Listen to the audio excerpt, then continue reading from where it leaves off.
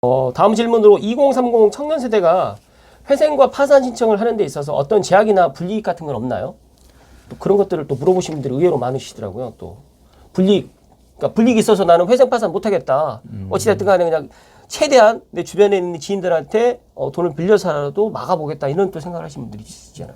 기본적으로 뭐 회생 파산을 하게 되면은 네. 어떤 뭐 자기의 어떤 신분상의 네. 제약이라든가 그렇죠. 뭐 이런 법률적 제약이라든가 뭐 이런 것들이 따라오지 않느냐, 뭐 금융거래를 이용할 수 없지 않느냐, 네. 뭐 이런 부분들 걱정하시는 분들이 또 간혹 있습니다. 그러나 있을 것 이제, 같아요. 네. 그런데 이제 회생 파산을 했다고 해서 어떤 제약이 있거나 그런 것은 아니에요.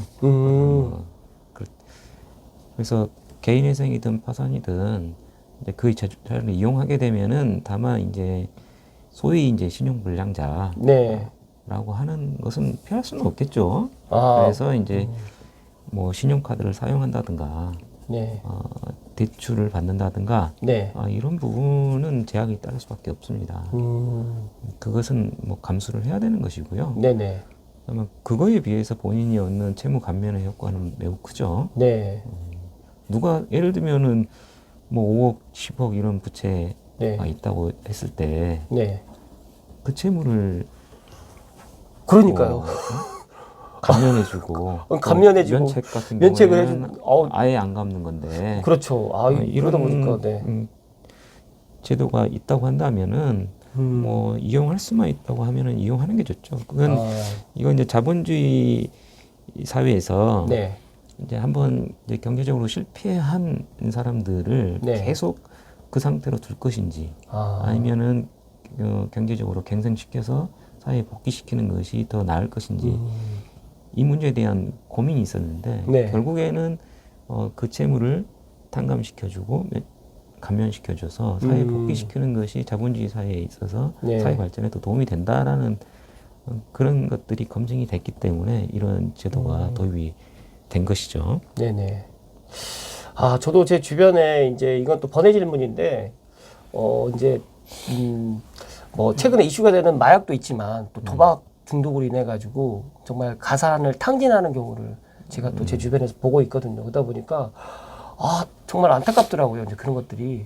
근데 이제 그게 이제 뭐 채무가 뭐 1억 뭐 5천만 원 이러면 문제가 안 되겠지만 정말 5억, 10억 되다 보니까 그분들 같은 경우에는 이런 회생과 파산 제도를 갖다 잘 활용한다고 하면 분명히 좋은 그런 제도가 될 수 있을 것 같은데 이런 것들을 알고 있음에도 불구하고 또 이제 여러 가지로 또 이제 그런 것들 때문에 고민을 하고 있는 것 같더라고요.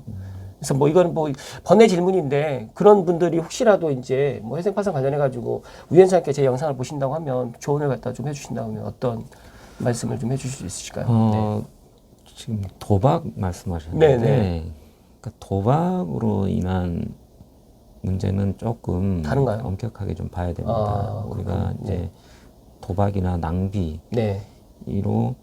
이제 소위 말해서 이제 가산을 탕진하고 빚을 못 갚겠다. 이렇게 하면서 이제 회생이나 파산 제도를 이용한다 그러면은 도덕적 해이가 네네. 심각해질 수 있겠죠. 그래서 이제 도박이나 낭비 같은 경우에는 기본적으로 그 도박이나 낭비로 인해서 소비한 네. 그 금원 상당을 네. 소위 있는 재산으로 봅니다. 소비된 게 아니고요. 네. 그 돈이 있는 것으로 보고 회생할 때는 그 재산보다 더 많이 변제하게 변제계획을 작성하도록 하고 파산 같은 경우에는 아예 더 엄격하구나. 신청권의 남용으로 봐서 아예 기각이 해버리군요. 될 수가 있습니다. 그래서 그건 무조건 된다고 보기는 어렵습니다. 그렇다고 하면 일단 제가 지금 이제 이 이야기 드린 거는 이제 저 김성모 변호사님의 또 의견이 될 수가 있는 거지만 정말 내가 열심히 어떤 일을 하다가 뭐 장사를 하다가 또 망할 수도 있고 또 열심히 살려고 했는데 문제가 생겨가지고 이제 이렇게 좀 그런 경우만 어떻게 보면 이 회생과 파산 제도를 갖다가 이용할 수 있다라고 보시면 될 것 같아요. 맞나요? 기본적으로는 이제 성실한 네, 성실한. 네. 채무자라고 봐야 되겠죠. 네. 그리고 자기의 의지와 상관없이 경제적인 상황이 변경되었다든가, 네네. 뭐 사기를 네, 사기를 당했다거나, 예, 그렇죠. 네. 뭐 거래처 부도가 났다든가, 네. 뭐 경제 여건이 안 좋아서 뭐 매출이 급격히 감소했다든가, 또 뭐 직장을 잃게 됐다든가, 네네. 뭐 이런 것들이 이제 가장 큰 신청 원인이 돼야 되겠죠. 네네. 잘 알겠습니다. 또 번외 질문을 이렇게 던졌는데도 아주 그냥 뭐 자연스럽게 이렇게 대처해 주시는 역시 김성명 변호사님 대단하십니다. 마지막 질문으로요. 최근 주식이나 코인으로 크게 손실을 본 분들이 많은데 이런 분들도 회생이나 파산을 할 수 있나요? 라고 이제 제가 또 한번 여쭤보겠습니다. 네. 지금 2021년 네. 하반기부터요. 네. 뭐 이제 코로나 기간 동안에 네. 저금리면서 네. 주식이나 코인이 굉장히 많이 올랐었죠. 뭐 안 한 분들이 없을 정도로 저는 안 했습니다. 예. 아니 아마- 남들 다 했는데 저만 안 했더라고요 보니까. 네. 그러니까 주식도 안 했습니다 저는. 주식이나 코인으로 이제 뭐 돈을 많이 벌었다는 네. 사람들도 많았고, 그렇죠. 그때 이제 뭐 주식도 굉장히 많이 올랐죠. 네, 그렇죠. 많이 올랐다고 저도 전에 들었습니다. 3천이 네. 넘기도 했고, 네. 워낙 금리가 낮다 보니까 네. 뭐 다 뭐 신용 대출 통해서 주식 코인 한 분들 굉장히 많았었습니다. 근데 네네. 이제 코로나 2021년 말기 되면서 네. 이제 금리도 오르고 그러면서 이제 주식이 좀 급격하게 예상보다 이렇게 떨어지기 시작하면서 주식이나 이제 코인으로 손실 본 분들이 굉장히 네. 많았었고, 근데 그게 사회 문제가 되기도 했었죠. 네. 이제 그러다 보니까 주식 코인 실패로 인해 가지고 이제 회생이나 파산을 할 수 있느냐 이런 이제 상담 엄청 많이 왔을 것 같은데 이따가 사례 하나만 알려주세요. 사회적 문제가 많이 됐었어요. 네네. 그래서 이제 서울회생법원이 그게 너무 이제 사회적으로 문제가 많이 되고 보니까 네. 그분들 입장에서 이게 이제 도박하고는 조금 다른 투자로 측면이 있어요. 투자로 또 예, 보는 예. 분도 있으시니까. 예, 예. 네. 그래서 뭐 자본주의 사회에서 사실 주식 투자라는 것은 뭐 부동산 투자보다는 오히려 더 건전하다고 네, 저는 사실 그렇죠. 보고 있는데, 네. 뭐 자기 예상과 다르게 주식이 이제 급락하면서 네. 뭐 원리금 상환이 안 되는 뭐 감당이 안 되는 이런 상황이 이제 자원분들 입장에서는 이걸 그대로 둘 것이냐 아니면 그 경제를 경생시킬 것이냐 이런 좀 문제가 있었죠. 네. 그래서 서울회생법원에서는 작년 6월달에 지침을 마련했어요. 그래서 네. 이런 주식이나 가상화폐 투자로 손실 입은 분들이 개인회생을 신청했을 때는 이 손실금을 아까 말했듯이 자산, 소위 이걸 청산가치라고 하는데 그 네. 청산가치로 보지 않는 거예요. 아. 그렇게 되면은 회생을 이용하기가 굉장히 쉽겠죠. 네네. 자기가 네. 자기 가용소득에서 생계비 빼고 네. 나머지 돈으로 3년간만 갚고 네네. 나면 나머지 채무는 면책되는 거니까요. 다만 이제 파산은 네. 주식이나 코인 투자로 실패한 사람이 바로 파산 신청을 했을 때 이것이 그대로 받아들여질 것이냐는 조금 다른 문제입니다. 왜냐하면 회생은 그래도 자기가 3년이든 5년이든 간에 어찌됐건 채무의 일부는 변제를 하고 나머지 채무를 면책받는 것에 비해서 이거 개인 파산 면책은 채무 일체를 변제하지 않는 제도이다 보니까 네네. 자칫 이것을 뭐 모두 인정하게 돼버리면 네. 도덕적 해이 문제가 또 크게 발생할 수 있기 때문에 이것은 뭐 여러 가지 다른 사정까지 다 고려해서 판단해야 될 문제입니다. 다만 이런 경우 이제 주식이나 이제 코인 이제 실패하신 분들이 네. 이제 그 만회하기 위해서 네. 리딩방 쪽에 네네. 리딩방 네. 뭐 우리가 손실 본 사람들 이거 빨리 복구시켜주겠다고 네네. 이렇게 유인하는 리딩방에 이제 유혹 네. 당해가지고 사기당한 분들이 또 많이 있어요. 그러니까 저도 제가 핸드폰에 보면 정말 주식 투자라고 막 네. 무진장 와요. 문자 오고 막 리딩방 초대하겠다 그러고 왜 그렇게 오는지 모르겠어요. 근데 저는 진짜 부동산보다 더 많이 오는 것 같아요 최근에. 네, 네 아무튼 그렇습니다. 그런 이제 주식이나 코인 리딩방 사기를 입은 그런 채무자는 네. 개인 파산 면책을 신청했을 때 네. 실제로 인용된 사례가 있습니다. 제가 올 5월 달에 5월 달에? 네, 5월 달에 했던 사건인데요. 그거 네네. 이제 퇴직하고 네. 이제 60대 초반이셨는데 60대 예, 초반이셨어요? 예. 아, 그 퇴직금 아, 그 리딩방 사기 예. 당해가지고 그 1억 원 정도 넘는 돈을 아, 다 잃게 됐고요. 아, 그래서 이제 거의 뭐 절망에 빠진 상태에서 이제 찾아오셨는데 네. 굉장히 서울행정공무원에 신청을 했는데 네. 4개월 만에 아, 면책 받으셨습니다. 정말 대단히 좋은 일 해주셨습니다, 김 변호사님. 네. 그러니까 이 부분은 이제 자기 주식 투자로 거의 1억을 잃었고 네. 만회하기 위해서 소위 이제 1억 원을 이제 다시 대출받아서 한 건가요, 이제 또? 한 건데 이제 그 대출 채무 1억 원을 이제 네. 면책받은 것이죠. 대단히 참 좋은 일 하셨는데, 제가 지금 이제 마지막 이 질문에 추가적으로 이제 제가 정말 지난주에 주식 코인으로 대박난 2030 세대를 대략적으로 인터뷰를 해서 들었는데, 오늘은 또 이렇게 또 완전 정말, 리딩방이라든지 주식, 코인으로 해서 또 망하신 분들 이야기를 또 하다 보니까 극과 극이다. 또 저는 그런 생각을 지금 갖고 있고, 뭐 제가 사전에 이걸 알고 지금 이게 온 게 아니라 미리 계획되어 있는 것들을 이렇게 하다 보니까 참 공교롭게 또 오늘 또 이런 이야기를 하게 되는데, 실제 사례 한두 가지만 더 이야기해 주시면 안 될까요? 뭐 지금 뭐 시간은 많이 흘렀는데, 너무 좋은 이야기이고 또 감다스마일도 이제, 이런 이야기를 갖다 또 접하다 보면서 저도 이제 상담을 많이 하고 있다 보니까 이런 상담 사례도 제가 또 도움이 될 것 같은데 한두 가지만 더 이야기해 주십시오. 실제 사례 어떤 것들이 또 회생, 그다음에 면책, 파산 이렇게 돼서 또 면책을 해 주셨는지. 네. 저는 이제 뭐 지금 한 10년간 네. 주로 이제 많이 했던 사건들은 네. 이제 전문직 회생 사건들이었어요. 전문직이요? 예, 의사. 의사도 네. 회생해 주셨나요? 의사도? 의사를 뭐 100건 이상 한 것 같아요. 의사를 100건 이상을 회생을 해 주셨다는, 제가 놀라워서 지금 의사분들이 왜 사업이 망했나요? 의사분들이? 보통 이제 많은 정말, 분들이 뭐 의사분들은 안 망할 것 같은데. 네. 고소득 전문직이 네. 절대 망하지 네, 않을 절대 망하지 않을 것 생각하시는데 네.